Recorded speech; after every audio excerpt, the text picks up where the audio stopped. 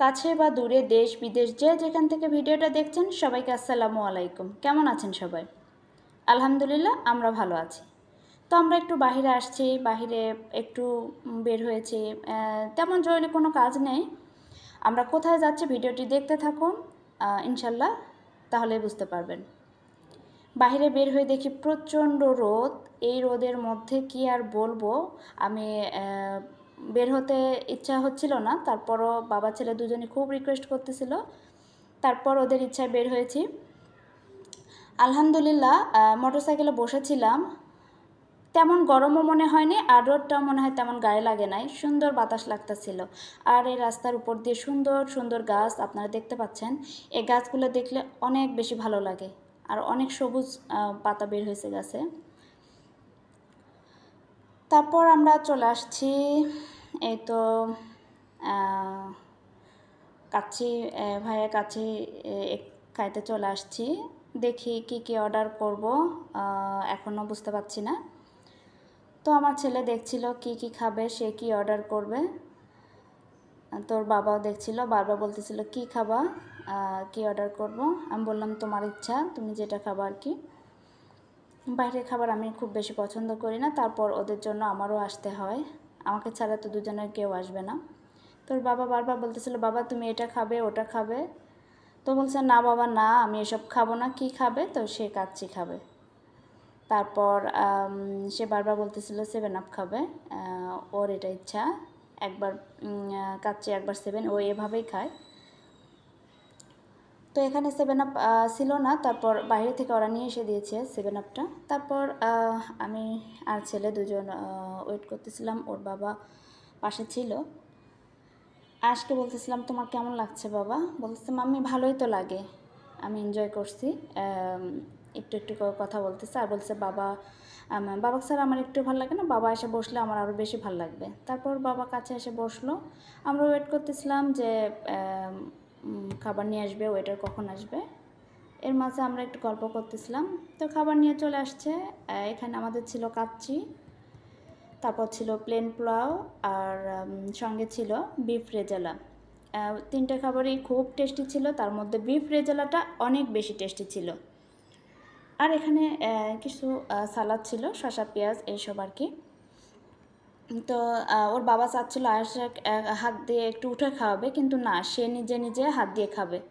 তারপর আর কি ওকে প্লেটে দিয়ে দিয়েছি, খাচ্ছে। ওর বাবা অনেক চেষ্টা করেছে মাঝে মাঝে, কিন্তু ওর বাবার কাছ থেকে খাবে না। ও এখন বড় হয়ে গেছে, বারবার সেটাই বলতেছিল যে মাম্মি আমি একাই খাবো, আমি বড় হয়ে গেছি। তারপর যে একা খাওয়া শুরু করছে।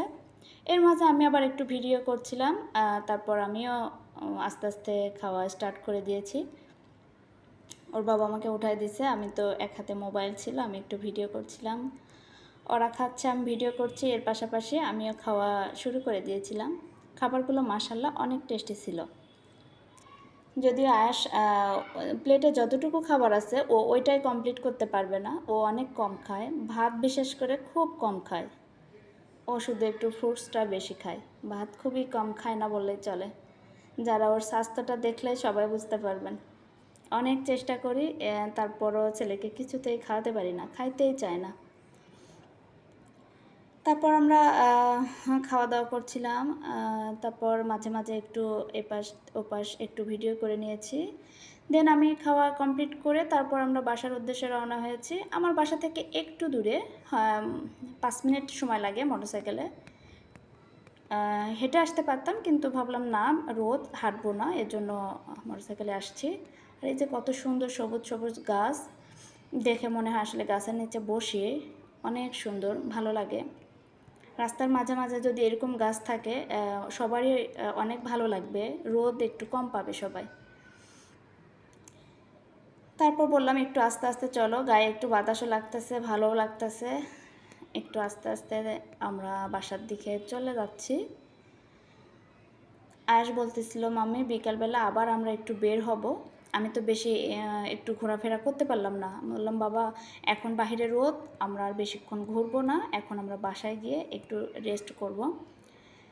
তারপরে তো চলে আসছিলাম, আসতেছিলাম বাসার দিকে চলে আসছি।